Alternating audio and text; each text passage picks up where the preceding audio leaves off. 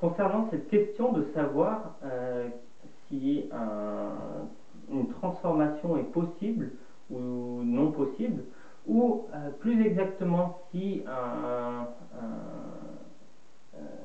transfert d'énergie est possible ou non, ou va se réaliser ou non, de par nos connaissances physiques sur différents domaines, on a déjà une petite idée pour un certain nombre de transformations. Alors je m'explique, je vais prendre un exemple. Supposons deux systèmes. Donc, un système 1 et un système 2. Supposons que ces systèmes soient des systèmes électriques. Une des choses qui va caractériser un système électrique, c'est sa tension, c'est-à-dire son potentiel électrique. Alors on va utiliser la lettre U ici pour noter le potentiel électrique. Attention, on ne parle pas ici de l'énergie interne, hein. Ça sera juste dans cet exemple qu'on va prendre cette nomenclature.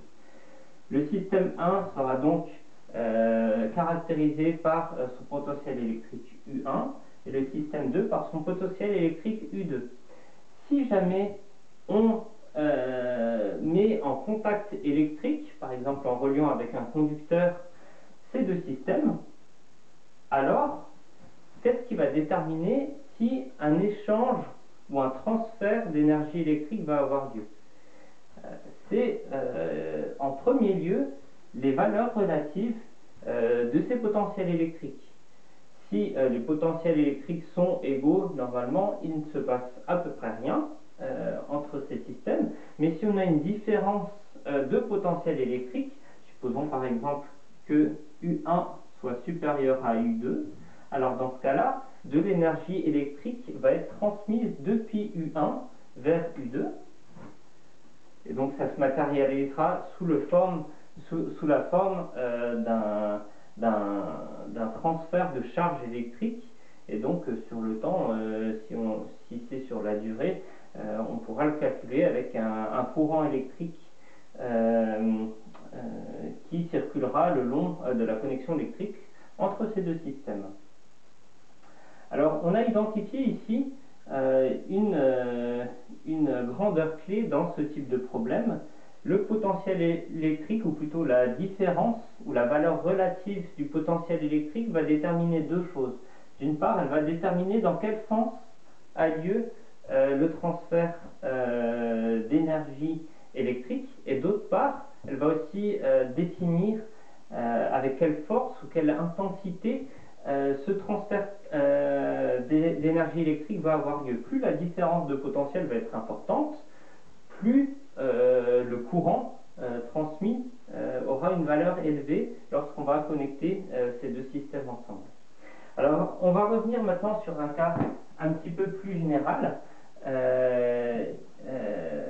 suite à cette introduction sur cette valeur qui est, d'un point de vue thermodynamique, une intensité et qui définit le sens du transfert d'énergie ainsi que son intensité.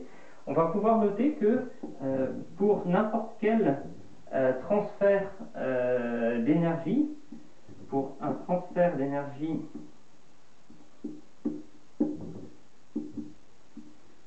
alors on va le noter pour une valeur infinitésimale de transfert d'énergie, donc avec un petit delta E, et E n'importe quel type d'énergie, on peut écrire ce transfert d'énergie comme étant le produit d'une variable intensive, c'est-à-dire une variable qui ne dépend pas de l'étendue du système et qui est propre à ce type de transfert d'énergie, multiplié par la variation, donc ici la différentielle,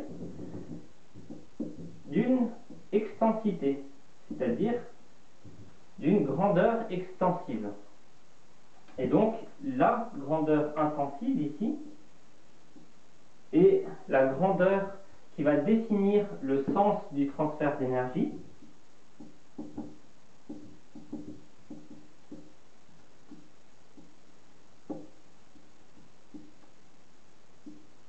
Mais donc, comme on l'a vu précédemment avec le potentiel électrique, elle va aussi définir l'intensité ou la force de ce transfert d'énergie.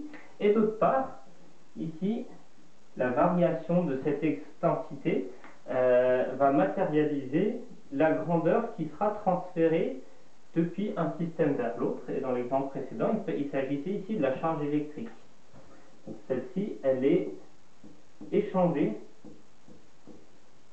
ou transférée lors de cet échange d'énergie.